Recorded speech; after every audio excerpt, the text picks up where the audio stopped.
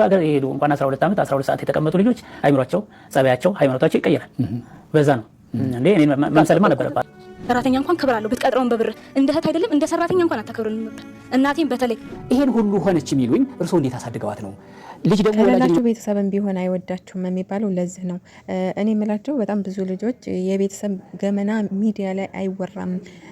አባቴ በህይወት ቢኖር ኖሮ እንኳን አይደለም የ12 ዓመት ደሞዝ የእድሜ ልኬን ብሰጠው አይከብደኝም የሚሉ በጣም ብዙ የመዳም ቅመሞች አሉና እናንተ ብትሆኑ ምን ታደርጋላችሁ? 12 ዓመት የሰራሁት ገንዘብ ምንም አይደለም ብላችሁ ሶሻል ሚዲያ ላይ ሳታወጡ በውስጣችሁ ይዛችሁ ትኖራላችሁ ወይስ እንደዚች እንደ ልጅ ሚዲያ ላይ ወጣችሁ የኢትዮጵያ ሕዝብ ፍረዱ ትላላችሁ? በጣም ብዙ ልጆች እየተቃወሟት ስለሆነ ማለት ነው። በጣም ብዙ የመዳም ቅመሞች ቤተሰቤ ቢበላውም የቤተሰቤን ገመና ሶሻል ሚዲያ ላይ አላወጣም ይላሉና እናንተ ብትሆኑ ምን ታደርጋላችሁ? የኔን አስተያየት ደግሞ ያው እስከ መጨረሻው አዳምጡት እነግራችኋለሁ። እናንተ ብትሆኑ ግን ምን ታደርጋላችሁ? ኮሜንት ላይ ሀሳባችሁን ጻፉልኝ። አሰላሙ አለይኩም ወራህመቱላሂ ወበረካቱ። ውድ ቻናሌ ቤተሰቦች እንዴት ናችሁ? ሰላም ሰላም ብያለሁ። ውድ ሀገሬ ልጆች እንግዲህ የዚች የልጅ ኢንተርቪው ያላየ የለም። እግረኛው ሚዲያ ላይ ብዙዎቻችን የተቃጠልንበት ብዙዎቻችን የተናደድንበት ነው እና በጣም ብዙ ልጆች ቪዲዮም እየሰሩበት ነው። ለማንኛውም ለብዙ ሰው ትምህርት ይሆናል ብዬ አስባለሁኝ። ይዘን ካልተገኘን ማንም እንደማይወደን ነው እንግዲህ ይሄ የሚያሳየው። ኢትዮጵያ ስትገቡ ብር ከሌላችሁ እጃችሁ ላይ ምንም ከሌለ ማንም አይወዳችሁም፣ እናት አባትም ቢሆን የሚባለው ለዚህ ነው። በተረፈ ለቻናሌ አዲስ የሆናችሁ ሰብስክራይብ እያደረጋችሁ ቤተሰብ ሆኖ ላይክ ሼር አድርጉልኝ። ቪዲዮንም አበረታቱኝ። ስለምታበረታቱኝ እጅግ እጅግ በጣም አመሰግናለሁኝ። ይቼታችን እንግዲህ 12 ዓመት ሙሉ አረብ ሀገር ሰርታ ያው እንግዲህ እሷ እንዳለችው የሚሰራውንም የማይሰራውንም መጥፎውንም ጥሩንም እየሰራሁኝ በጣም በድካም ለራሴ ምንም ወጪ ሳላወጣ ለነሱ ነው እንዳለ ማገኛትን እምልከው። ከዛም ደግሞ አባቴ ቤት ስራልኝ ብዬ ቤት ቦታ ገዝቶ ቤት ሰራልኝ። ያም የተሰራው ቦታ ወይም ያ የተሰራው ቤት ያንቺ አይደለም ብሎ አሁን ያው በአደባባይ እሷም መጣ ቤተሰቦቼ እናቴም አባቴም ያንቺ ቤት አይደለም ቤትሽን ሂጂና ፈልጊ የላክሽው ብር እኛ ጋር አይደለም። ሲጀመር የላከችበትን ወደ አባቷ የገባበትን ብር ከባንክ አስወጥታ ይዛ መጣ ነበር። ነገር ግን ወደ እኔ ብር አልገባም ብለው ነው የካዱት። በጣም ያሳዝናል። እኔ የእውነት በቃ ጭራሽ አረብ ሀገር ሄደው ምንድነው እንኳን 12 ዓመት 12 ሰዓት ሲቀመጡ ጸባያቸው፣ ማንነታቸው፣ ሁሉ ነገራቸው ነው የሚቀየሩት ብለው ጭራሽ ሁላችንንም እንትን ብለውናል። ይሄ ሰውዬ እንግዲህ በጣም ያሳዝናል። ያኔ የምንመጣው በቃ የሆነ ለመዝናናት የሚመስላቸው ቤተሰቦች አሉ። በጣም ያሳዝናል ማለት እኔ እንጃ።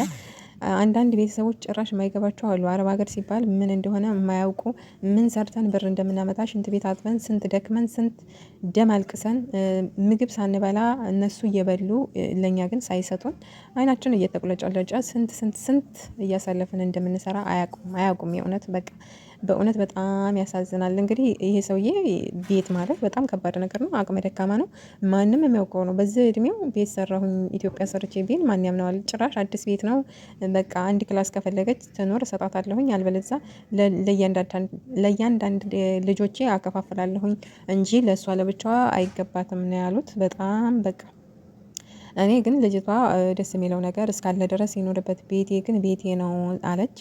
ማለቴ ውጡ እንኳን አለችም። እንግዲህ ማለት አባቷ ስለሆኑ እንደዚህም እያንገበገባት እንደዚህም እያረጓት ይቀመጡ እስካለ ድረስ ይቀመጥበት። ነገር ግን መጨረሻ ላይ የኔ ነው በቃ የኔ ሀቄ ነው ላቤ ነው የ12 ዓመት ደም የተፋሁበት ቤቴ ነው ብላ እንትን አለች። እና እህቷ ደግሞ ደም የምታፈላ በቃ አንቺን ሲያሳድግ እኮ እንደዚህ እኮ ነው እንደዛ ሆኖ እንደዚህ እኮ ነው በቃ ያላለችው ተቃጥሎ ምንትስ ብሎ እሺ አንቺ ሂጂና ስሪላቸው አንቺ ሂጂና አረብ ሀገር ነይና ጉዱ ነይና የ12 ዓመት ደሞዝ አይደለም የወርሽን አትልኪም የወርዋን አትልክም። ይቺ እንደዚህ አይነት መጣ ስላላየችው ብቻ ቁጭ ብላ ትንጣጣለች። በቃ ልጅቷን ለማሳጣት በቃ ልጅቷን በኢትዮጵያዊ ሕዝብ ማለት በሕዝቡ ዘንድ እንድትጣላ ለማድረግ አባቷ ጋር ተለጥፋ መፍሩት ማቀራረብ። እንደውም በቃ ያኔ አባቷን ተው ማለት ይቺ ልጅ ሀቋ ከሆነ ለምን እንዴ ቤተሰብ በቃ ልጆቹ ራሱ እኮ ቢሰጣቸው ይሄ የደም ገንዘብ አይረባቸውም፣ አይሆናቸውም፣ አይጠቅማቸውም።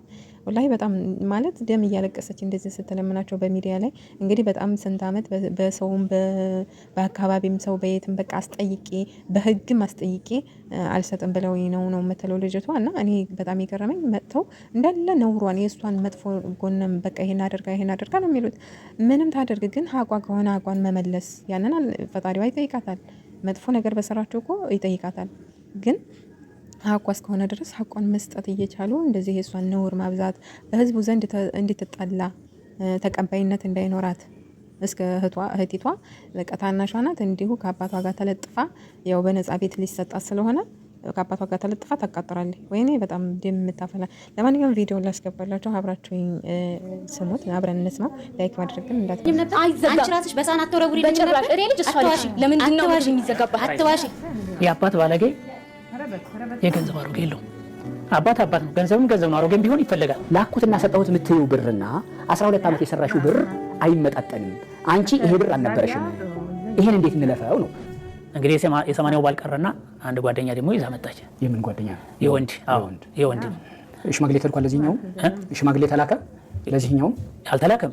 ልብስስ እንደው ፓርታይም ከምሰራባቸው ሰዎች እያመጣው ልብስ ነበር። ለዛች ቤት ኪራይ ስል ግን የማይሆን ላይፍ ውስጥ ገብቼ ከሱዳኒ ጋር ያን ያክል ዓመት ከሆነ ሱዳኒ ጋር ነበር አብሬ ስኖር የነበረው እዛ ማለት ነው። ቤት ማርታ ገዝታ ሰርታ ሰጥቶታለች፣ አልሰጠችሁትም። አስገድዳ ነው ሰርግ እንድናደርግ ያደረገች። አስገድዳ በ50 ሺህ ብር በሬ ገዝቼ ይሄ በጣም አምልኮ ቦታ ይሄ ነው። እሱም እናንተው ናችሁ ስትሄዱ የነበረው።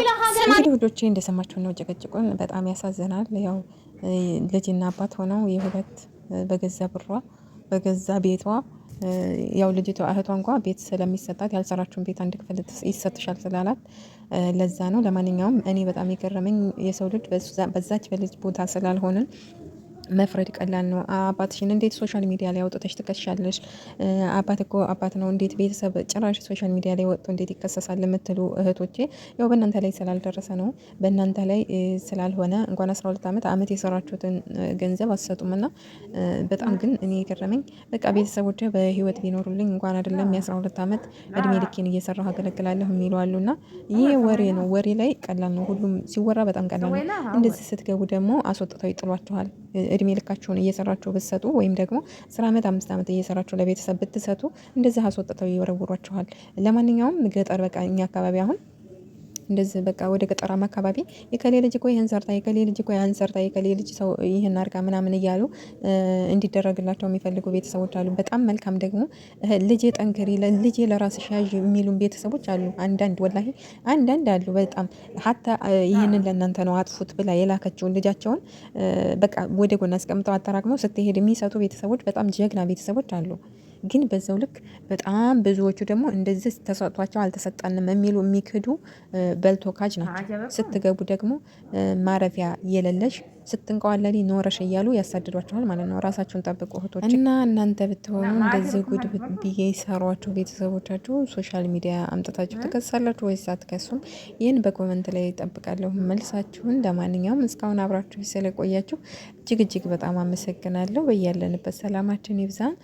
ሁላችንም እንግዲህ ሰራ አድርገን ለሀገራችን በሰላም ያብቃ እንላለሁኝ። እስካሁን አብራችሁ ስለቆያችሁ ግን እጅግ በጣም ነው የማመሰግነው። በያለንበት ሰላም እንሁን። ሰላማችሁ ይብዛቸው።